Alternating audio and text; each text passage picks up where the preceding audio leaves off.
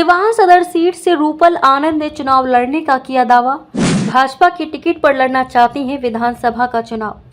परिवारवाद को लेकर रूपल आनंद ने साधा जोरदार निशाना।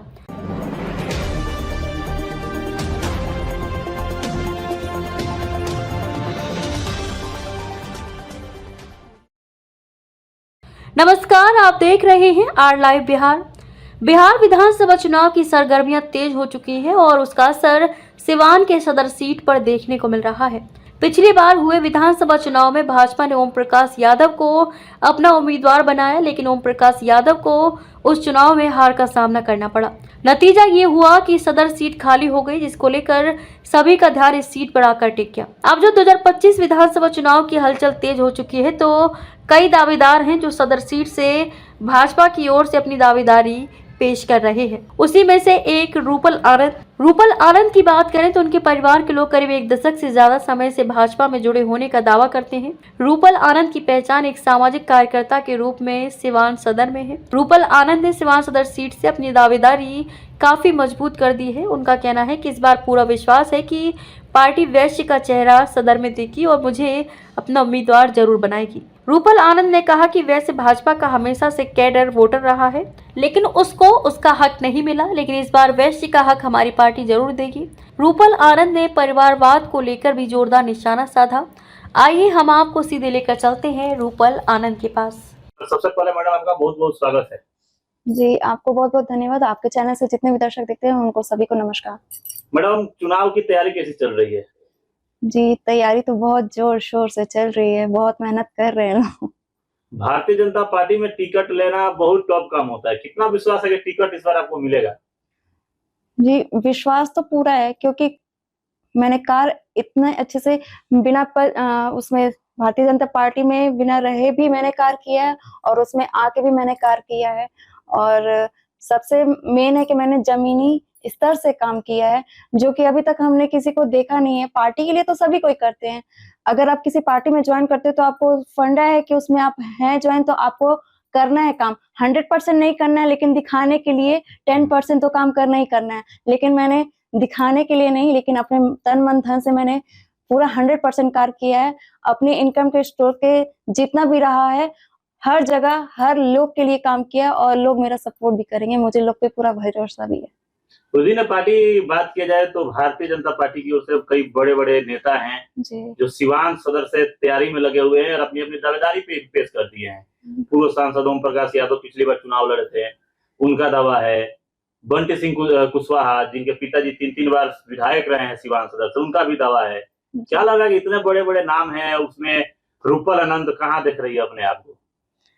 जी, कभी भी नीचे तो अपने आप को देखना नहीं चाहिए। मैं हमेशा अपने आप को ऊपर ही देखती हूँ। कार्य तो सभी ने किया है, ठीक है, सबने किया है और सबने 2 साल हर पद पे हर किसी ने किसी न किसी साल पे किया ही है। और मेरे कहने का मतलब है कि जब आप इतने साल से कर रहे हैं तो अब कोई आना चाहिए और हर व्यक्ति को मिलना चाहिए। ये नहीं कि एक ही व्यक्ति से आए और एक ही व्यक्ति के खानदान पीढ़ी चलती रहनी चाहिए, ये गलत बात है। जब हमारे भारतीय जनता पार्टी में इतने सारे लोग हैं तो सबको एक-एक करके मौका मिलना चाहिए, चाहे वो कोई भी हो। और भारतीय जनता पार्टी ऐसी पार्टी है कि किसी को कहीं पे भी ला सकती है और ये नहीं कि कौन कहाँ है। आप बस कहते हैं ना, कार्य करते रहिए, कार्य करते-करते भगवान देखते हैं, कहते हैं ना, तो वैसे ही भारतीय जनता पार्टी भी है। कार्य करते रहिए, कार्य देख रही हैं, आने वाले समय में जो होगा अच्छा होगा। यानी कहीं न कहीं आपका निशाना परिवारवाद पे है ना?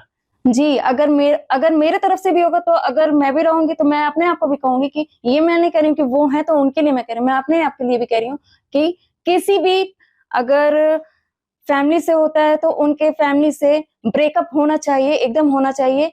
नए लोग को आना चाहिए। नए लोग को आने के बाद फिर अगर आपको मौका 1-2 साल के बाद, 3 साल के बाद फिर मौका मिले तो आप फिर आप आइए। हम ये नहीं कहेंगे, अगर अच्छा कार्य करेंगे तो आपको लोग फिर जनता फिर आपको स्वीकार करेगी। अच्छा, नए लोग आते हैं तो उसमें रूपल आनंद ही क्यों? क्या ऐसा खास है कि रूपल आनंद को ही पार्टी लाए नए लोगों में? जी, रूपल आनंद ने, मैंने कहा तो, ज़मीनी स्तर से काम किया है। जो ज़मीनी स्तर से काम किया है, सेवा तन मन धन से किया है, एकदम मन लगा के किया है, कोई लालच नहीं है। सबसे बड़ी बात है, कोई लालच ही नहीं है।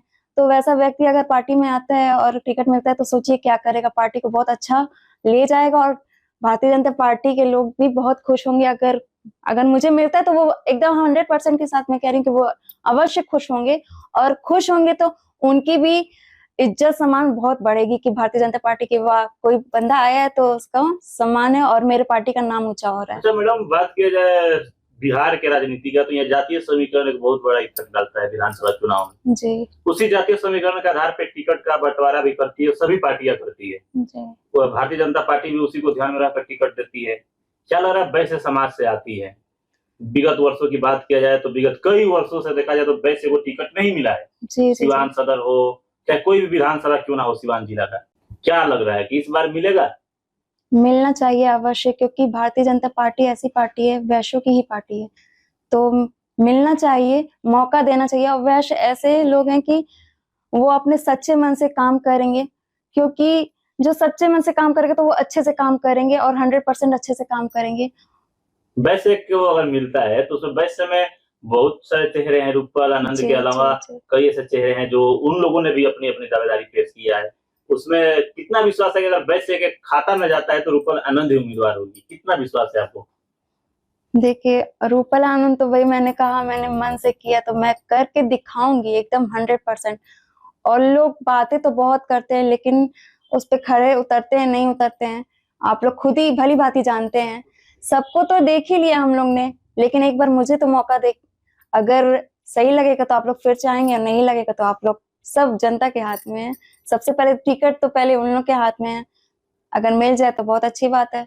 चलिए, ये तो आपके पार्टी की बात हो गई। जी जी विपक्ष है आपका, कहीं ना कहीं टिकट लेकर अगर आइएगा तो बहुत बड़ा चुनौती है आपके सामने यहाँ। ऐसी बात नहीं है, देखिए किसी भी कार्य करने के लिए जब आप किसी क्षेत्र में घुसेंगे, कार में घुसेंगे, तब तो आपको मालूम चलेगा ना। आप दूर रहेंगे तो कैसे क्या मालूम चलेगा?